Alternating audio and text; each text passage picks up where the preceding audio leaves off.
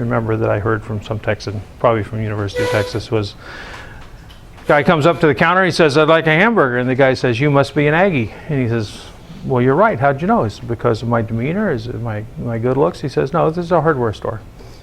So, okay. So nickel-based alloys have complex structures, which we do lots of things to try to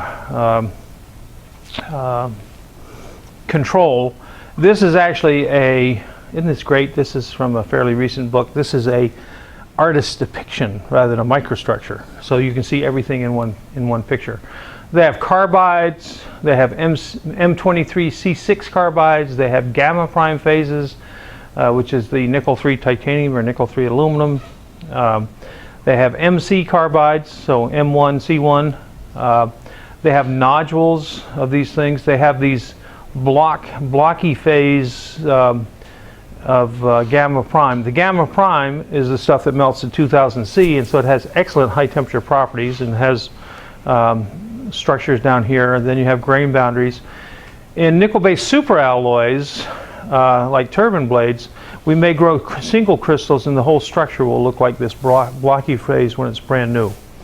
It has excellent high temperature strength, and that's the basis of being able to run these things at 2000 degrees centigrade or even 2100 degrees centigrade when their melting temperature is barely 2400 degrees centigrade. You can operate these things within a few hundred degrees centigrade of their melting point. The problem is there's something called coarsening in metallurgy, where if you have fine structures that might be these nice rectangular type blocks because of the crystal structure, over time they will get larger. You actually know coarsening. If I go back to my Sprite in there, if you actually pour the Sprite in there, you see a bunch of fine bubbles. You come back 10 minutes later and you'll see a bunch of coarse bubbles. Okay? The bigger bubbles will steal molecules from the smaller bubbles, and so the little bubbles pump up the big bubbles. In fact, when I was interviewing for my Hertz fellowship, that was one of the questions he asked me. He asked me if I had two equal balloons connected with a valve in between, a pipe, a valve in between. Well, actually, if I had two balloons and one was smaller than the other, and I had a valve in between, I opened the valve, what will happen? And a lot of people want to say, oh, they will equalize the pressure and you'll end up with two same-sized balloons. They're identical and all. That's not true. The little one pumps up the big one because the little one has a higher pressure inside it. So it actually pumps up the big one and it deflates. Okay? I knew that answer. So he was happy. He didn't like my other answers. So I didn't get the fellowship. Pardon me? Oh. Yeah, we have some skeptics back here. Some skeptics about that? Yeah. Well, try it. Okay. Oh, okay. Well, I'll see if I can do the demonstration. I got to think of a simple way to do it with equal balloons. But it is true. Okay? It's actually one of these. Anyway, I can prove it mathematically. That doesn't work for you, does it? No, okay. Okay, so these are the structures. I'll tell you a little story about these types of structures. So General Electric makes jet engines and not only that, big land-based turbines for generating electricity. And they came up with a modified alloy back in the early 1980s that they called GT100. And GT100 was not such a big change in composition from other alloys, and so they decided they couldn't patent it, and they didn't. Well, it turns out it was a pretty good alloy, and other people building turbines, like their competitors, Siemens or Pratt & Whitney or others, decided, well, this is a public domain alloy, and we can design it into our systems. And they did. Until 1997 or 1998, it turns out some patent attorney at General Electric and some engineers got together and said, well, the heat treatment, we have a particular heat treatment, and we want to try to patent the heat treatment. Well, actually, I take that back. They applied for the patent back in the 80s on this heat treatment, and it never got allowed until 1997 or 1998. And all of a sudden, the patent office, after nearly 20 years, allows this patent. And all other companies that were competing with General Electric had already designed this alloy into their systems. And all of a sudden, General Electric says, oh, well, if you're using my alloy, you owe me money, okay, royalties. Everybody was very unhappy. They were particularly unhappy with the patent office for sitting on this patent application for 15 years. And General Electric had been prosecuting, the patent office say no, they would decline it. General Electric would come back with their arguments. And anyway, they finally got the patent on it. So it turns out these other companies had to scramble and put another alloy in, substituted either that or pay their competitor royalties, which they didn't want to do. But it turns out if you're going to rebuild an engine, if you've already purchased a jet engine component or a land-based engine component that has this alloy in it, when you purchase that component, you purchased a license to use that. I mean, if it's patented. Okay, obviously you don't think about it, but that's essentially what you do.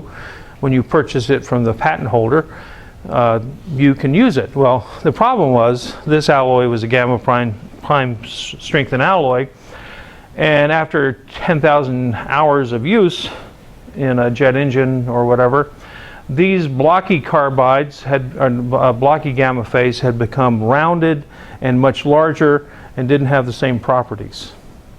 But if you could somehow do some sort of heat treatment that could bring them back to this without completely melting it again, you already had a right to use that part. You had bought that with the original thing. So it turns out it was a Greek Navy student who worked with me with a company called Chromaloy. And we basically couldn't melt it, but we took these old turbine blades and we gave them a hot isostatic press heat treatment. I talked about this hot isostatic press where you go up to 20,000 psi in an argon atmosphere and heat it up, and you reheat treated it. And by doing hot isostatic press on these parts, heat treatment, we could bring it back to its original structure. Without melting it and re-solidifying it and doing all the other heat treatments, we could get back the very fine phase. Getting it very close to the melting temperature, but not melting it, because it came back out of the HIP unit with the same shape that it went in at. So we obviously didn't melt it. And so they could reuse the ones they had bought. Okay, but just one of these, doesn't happen very often, but someone gets a patent late and it surprised everybody and they were not happy. So one of the things about these high temperature alloys, of course you'd like to weld them, and Inconel came out, or Inco International Nickel came out with 718 alloy, I think around late 1970s or so. Inconel 718 had excellent weldability properties. Here it is down here. And it has fairly low aluminum and titanium. If you look at the aluminum and titanium in these precipitation heat-treated alloys, strengthened alloys, you find that the more aluminum and titanium you have, which goes to higher and higher temperatures, like Inconel 100, very high aluminum and titanium, very high strength, Martin Marietta 200, Unimet 700, these are all proprietary kind of names. But Inconel 718 has sort of become the workhorse nickel-based superalloy for making jet engine parts. Maybe not the hottest parts, which might have to be castings and whatnot, can't be welded. But if you've got to make cases for your turbine and stuff, and it has to take high temperatures, Inconel 718 is the choice in general because it has very high weldability. There are some variations on it that use niobium rather than aluminum and titanium, and niobium is easier to weld in many cases. It gives you the same nickel, in this case nickel 3 niobium, high temperature phase. But you can see that in general, titanium substituting for aluminum gives you much better weldability. So you can only tolerate about 1/2 as much titanium or aluminum as you can titanium. So over the years, people have been making modified Inconel 718 that sort of shifts over in this direction. But one of the first things to look at when someone's trying to weld a nickel-based alloy is to come to a plot like that, like this, and kind of see where you are in your aluminum titanium ratio. Some of them just aren't weldable, okay, no matter what you do. You can only use them as castings. Turns out, one simple little test, you often don't have a lot of material, so they do a little circular patch test. This might be a 1-inch diameter TIG weld, and these things will crack fairly readily so far as that goes. They will tend to give you grain boundary cracking, and you get this rock candy intergranular fracture. That's the same thing you get with stress corrosion cracking. That's the same appearance you get with stress corrosion cracking in the stainless steel, so far as that goes. So that's all I was going to do on nickel-based alloys. They are very susceptible to cracking. The Monels and the Cupro nickels, which the U.S. Navy uses more than anyone else that I know of, good seawater corrosion resistance. But in fact, when we want to do solidification cracking experiments in the laboratory, those are the alloys we use. They're the easiest ones in the world to do solidification cracking on. And the Navy happens to use them, okay? So you got to follow the procedures. You can develop procedures, the right heat inputs and things, but you got to have the right joint preparation and other things. Yes? So we had a problem with some cracks in some of the Inconel piping that we had. Yeah. And one of the solutions was going to be to, well, proposed, I guess, not one that we used, was to basically crush the pipe in order to close the cracks. How viable is that as like a long-term solution? Wait a second, when you crush it, you mean take a cylinder and just, it's no longer working as a pipe? Well, was it? Not completely flat, but like lower the diameter maybe slightly. But Oh, so you're kind of rolling the outside to just shrink the diameter. Mm-hmm. Okay, well all you're doing, you really had cracks. I mean, you had weepage through it? No, I think there was like maybe 50% through it. Oh, okay. Well, all you're doing is trying to introduce compressive residual stresses. You may have had from welding tensile residual stresses on the outside. These are cracks from the outside or inside? I assume. Yeah, they should have been on the outside, because from what you're telling me, I would assume they're on the outside. So I got a weld here, and I got some little cracks in the heat affected zone, and they might go 50% of the way through. So it's going to be a pain in the neck to have to cut the whole thing out and re-weld it and hope that you don't get cracks again. And if you were you at sea and this is a temporary repair, or is this a permanent? Okay. This new construction? No, okay. Okay, older boat. One that's only going to go for another 5 years, right? 20, oh, well, okay.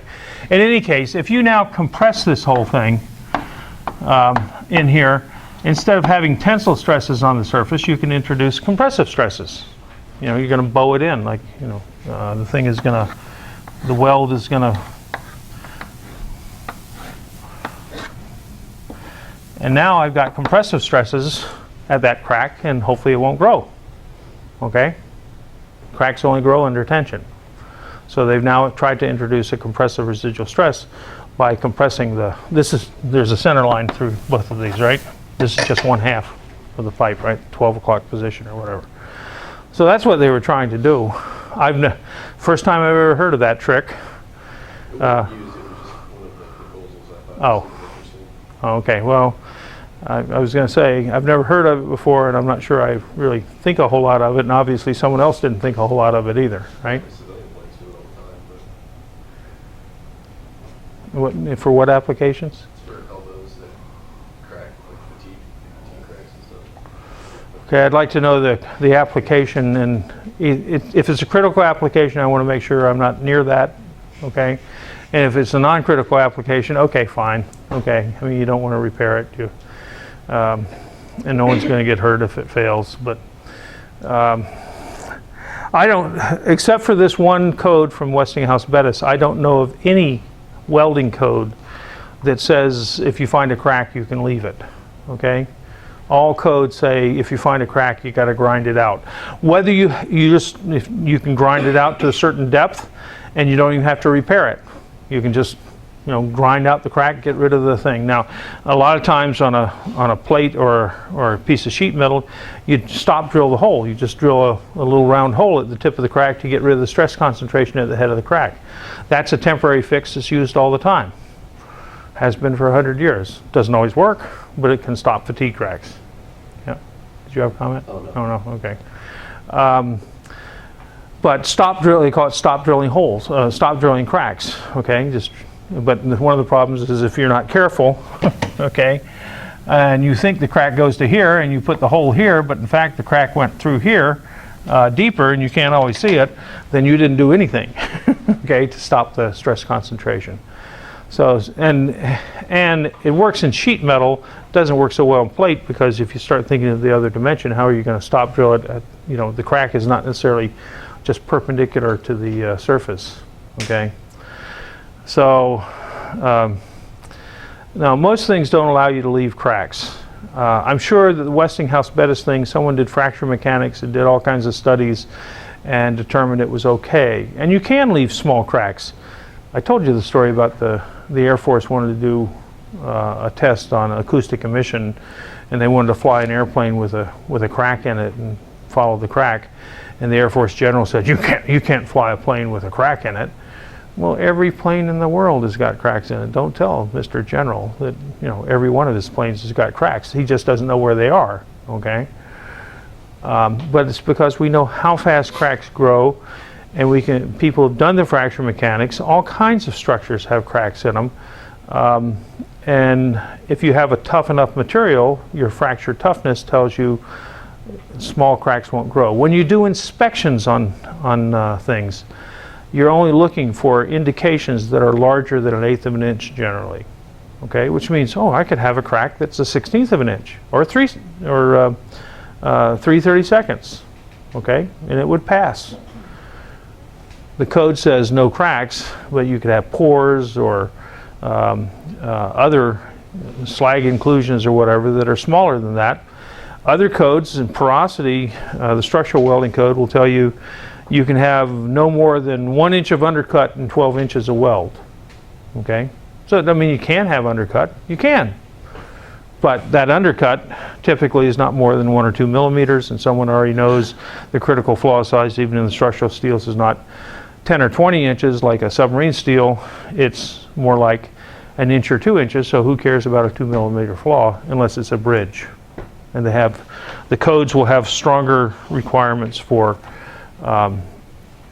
bridges than they do for static structures. So they have inspection for dynamically loaded structures where you can have fatigue, or statically loaded structures where you don't expect fatigue. But you've got to have someone do a fracture mechanics analysis to determine whether you can leave cracks there. In general, the codes say no cracks. Other people may decide it's okay to leave a crack.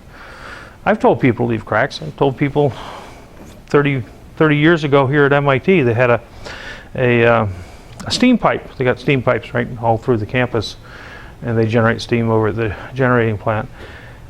And they had a weeping leak in the steam plant over here near 100 Memorial Drive, and they came to me and said, we've tried to weld it 4 or 5 times and it keeps on cracking because they're trying to hot weld it while it's still got steam in it, and you got moisture coming out of the crack, and guess what? You get hydrogen, right? And they said, we're going to have to shut down the steam plant and most of MIT's heat for that into campus to do this, and it was the middle of the winter and not everybody wanted to, they'd probably have freeze-ups on other places and things, and they wanted to know how they could weld it. And I said, well, why don't you just put a patch over it and then fix it in the summer, okay? So you do things like that, and you left a crack there, but it was buried in the ground. I mean, it wasn't going to explode. Well, it could have exploded if they left the crack and didn't do something to support it, but putting a patch over it works. It's not a permanent solution, but it's a temporary fix, and you guys ought to know all about temporary fixes. Except with the Coast Guard, your temporary fixes are permanent, right? Anyway. Sorry. It's true, I just haven't seen flashbacks. Okay, sorry. Didn't mean to give you palpitations. Okay, so that's all I was going to talk about nickel alloys. let's talk about alloys in general, and here's a nice fictitious slide. I'll tell you what's wrong with this slide. It looks sort of interesting in the beginning. In the meantime, you can pass this out for a little bit later. So here is tensile strength in KSI or megapascals for 4 different types of alloys: steels, titanium, aluminum, magnesium alloys. It tells you the density, decreasing order. Steels are heavy, titanium's intermediate, aluminum's light, and magnesium's even lighter. And the Department of Energy has got a huge program to put more magnesium in automobiles. They've had this program for 40 or 50 years. So magnesium is the material of the future for automobiles. It always has and always will be. And I understand the Navy's now, since they're looking at aluminum craft, they're also looking at some magnesium. Because, hey, it's really light. You have a bar of it. I ought to bring it in sometime. And you can see how much lighter it is. Well, here are different strengths from just a plain old carbon 1015 steel, kind of like old automotive sheet. Easily, it's mild steel, whatever you want to call it, all the way up to 8640, and I think it goes even up to 300M, yeah, which is basically aircraft landing gear type steels. 300 KSI strength, okay? And so it looks like steels can go to very high strength, but if you really talk about readily weldable steels, we're all down in here.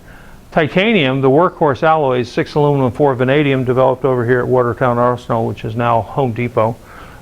It wasn't Home Depot at the time that developed 6.4, but it was Watertown Arsenal. And then here's the aluminum alloy. 7075 used to be the workhorse alloy for the skins of Boeing jets or Boeing aircraft and whatnot. 2024, which isn't on here, but it would be down, be like 2014. 303 is beer can stock. Okay, 2024, 2014 is similar in strength in the heat treated or otherwise condition to the aluminum copper alloys that we've been using for 100 years, okay, in aluminum. The Wright brothers engine, the case of the Wright brothers engine was a cast 2000 series aluminum like this, and it's in the Smithsonian. The magnesium alloys have this strength, and you say, gee, everything looks like it's got, particularly if we do a specific tensile strength, they all come scrunching down. Well, that's not really true. The steels that are weldable are down here. The titanium's 3 times stronger. The typical 6061 aluminum are significantly stronger than the steel in a specific strength. And the magnesium is right up there with the best of things. So this sort of says, gee, everything's sort of the same. Not really, because these steels over here are very difficult to weld, okay, or use in many applications, very susceptible to hydrogen.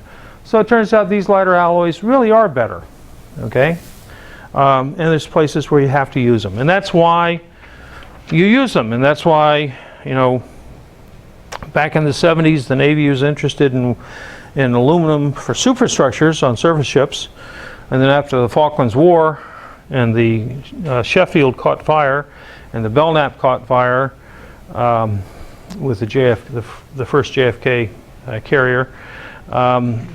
The Navy then got out of aluminum, and then with the littoral battlefield, they got back into aluminum as the only thing that's going to work. That's why we build aircraft out of aluminum, because it's the only thing that's going to work. That's why we would like to, and you already have this, you're not going to be able to read it if I get it all on the thing on here. We'd like to build automobiles out of aluminum, and we are heading towards aluminum and magnesium because lightweight materials save energy. Okay, they also allow you to go faster. It's sort of obvious. And steels, this is the Achilles heel of steel, is it's heavy. Okay. And hydrogen, I guess, if I had to pick 2. And hopefully you've gotten that. But we know how to deal with the hydrogen if we're careful, and we don't have to worry about too much if we don't need to move things very fast. We can use steel. and take the advantage of the low cost.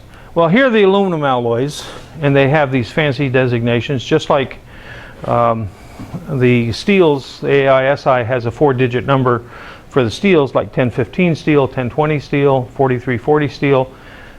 The aluminum alloys have a 1000, 2000 up through 9000 classification, although 9000 is not yet used. 1000 is basically nearly pure aluminum alloys. The example is 1100 aluminum, 99% aluminum minimum.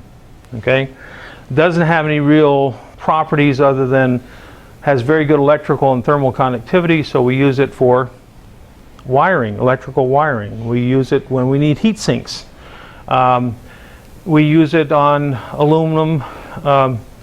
The plates of my Faberware pot that I brought in and showed you the stainless steel, they actually forged on there a piece of aluminum on the bottom to distribute the heat. Okay. Nowadays they actually use composites of up to 5 layers of metal, and sometimes it's copper in really expensive pots, but the cheaper pots have be stainless steel with aluminum with stainless steel. So a 3-layer peanut butter sandwich, if you will. So 1100 aluminum, very good corrosion resistance because it has no alloy content in there to create pits and other things. The heat treatable alloys, the oldest alloy is like the 2024. It's a aluminum copper alloy. Like I said, the Wright brothers aircraft engine is made out of aluminum copper. Precipitation hardened for strength. Doesn't have particularly good corrosion resistance. Most of it doesn't have very good weldability. 2219 is a modern version which NASA was using for the early space shuttle main tanks and stuff because it was weldable. They had to weld the great big tank. They've now gone to aluminum lithium alloys, which are even lighter, which are part of the 8000 series, which are not on this thing. The ones they throw about 1% manganese in, not magnesium, but manganese, is for formability, the 3000 series. Beer can stock, okay? Some of your aluminum foils are 3000, you got to roll them down very thin. They're 3000 series. You don't want something as soft as this. These things, really pure aluminum, like a 1040 aluminum, which is 99.6% aluminum, may have a strength of 2 or 3 KSI. I mean, it's dead soft, okay? Softer than most plastics in terms of strength. You put something over here, you get 10 KSI with just 1% manganese and high formability. The 4000 series basically are filler wires or certain cast alloys. The two workhorse aluminum filler alloys are 1100 and 4043. 4043 can weld a lot of aluminum alloys. Not all of them though. The non-heat treatable, most of what the U.S. Navy uses is just an aluminum magnesium alloy, like 20 or 25 KSI strength. It's nothing compared to a steel, but it's weldable, and you can get 100% joint efficiency in the weld. So 54, 56 are two popular Navy alloys. Huh? 5083 is actually popular with commercial stuff too. Yeah, 5083 is more economical than 54, 56. 5083 is probably the most common of the 5000 series.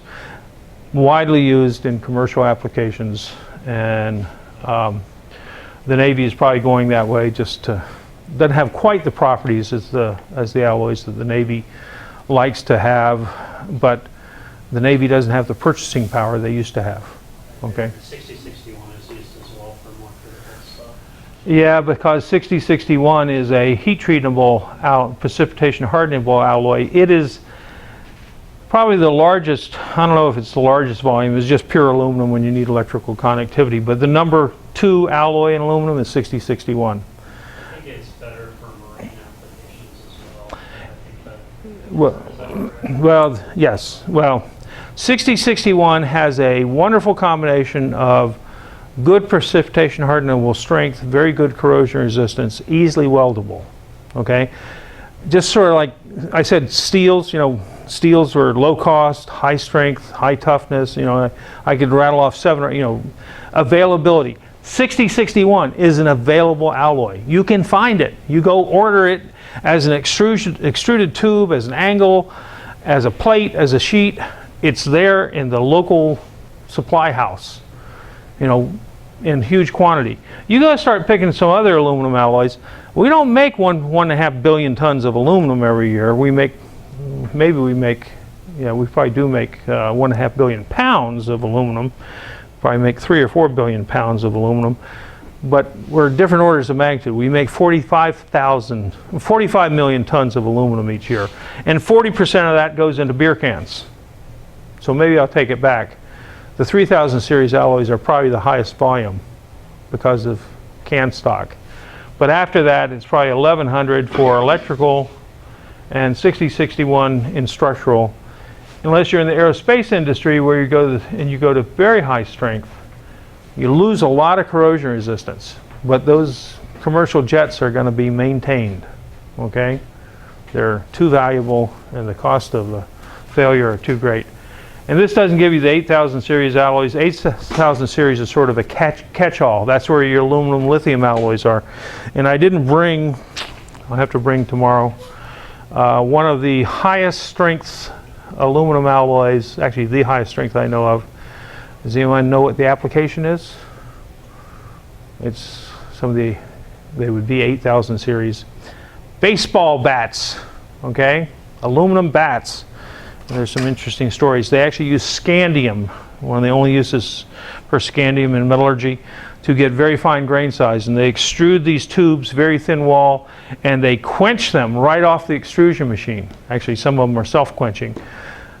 But they get very fine grain size. They can get 100 KSI yield in baseball bats. But they're very thin wall. I mean, but there's a big business there. I mean, it's $300 or $400 a bat. Actually, the one I bought cost $99 on Amazon or $120 off Amazon. But the good ones can be $300 or $400, and they break readily, so you have to buy new ones. Okay, and we could talk about that. But it's the 7000 and the 8000 series are not the strongest aluminum alloys because the scandium bats can only be made in like 2 millimeter thick. Yes? I served on a ship with 5456 aluminum as the superstructure, and it was subject to severe corrosion cracking as well as some of the fatigue cracking. Is that just because, you know, the 5000 series you don't get that heat treatment on it to help prevent some of those? In your case, it was probably 1/2 inch or greater thickness. Yes. Okay. And the reason is residual stresses. You're getting fatigue cracks. It's not that it's inherently so bad, but when you start making relatively heavy structures, I mean by heavy, by thick wall, the residual stresses. Remember, aluminum shrinks 6%, and so you get very severe distortion or residual stresses. If you're more than 1/2 inch thick, you're getting more residual stress and less distortion. Remember my kind of little thing, general rule, 3/8 is kind of the worst of both distortion, but not, you know, it's the worst distortion. Very thin is not a lot of stress, residual stress or distortion. 3/8 is the worst distortion. You get thicker than that, you've got lots of residual stress. So yes, 5456 is more highly alloyed than 5083, which does cause pitting, and the pitting leads to fatigue cracks. Okay, that's the initiation sites for fatigue cracks. You're probably talking about you know, well, you were on a cruiser, so you're talking about a 30-year-old ship, right? And that's what they were using back in the 1980s, was 5456. I mean, I think it was probably David Taylor with Alcoa that developed those alloys. And what people are telling me now is for the LCSs, the Navy said, okay, we don't want that extra 10 or 20% in strength. We'll go with the 5083, which is readily available, and we'll design with that we give up a little bit of the strength, but we don't have the pitting problems that lead to fatigue cracks and all the other problems. The Navy has had a lot of problems with the 5000 series alloys. When they started using them in the 70s and 80s on the superstructures, it took a few years for all this stuff to develop. So now you're living with what didn't show up for 30 years, right? But it does show up now. But it is because of the thickness and the fatigue cracking, more than anything else. And the pitting. The pitting is also a problem. And the pitting is a function of alloy content. I don't know if I got anything here. Well, let's see what it says about. I do have something that lists 54. Some of these.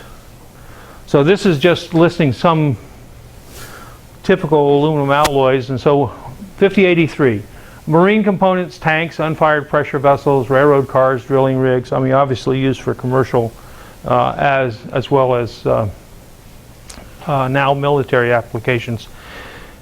5454, structural applications in tanks for sustained high temperature service. 5456, structures, tanks, unfired pressure vessels, marine components.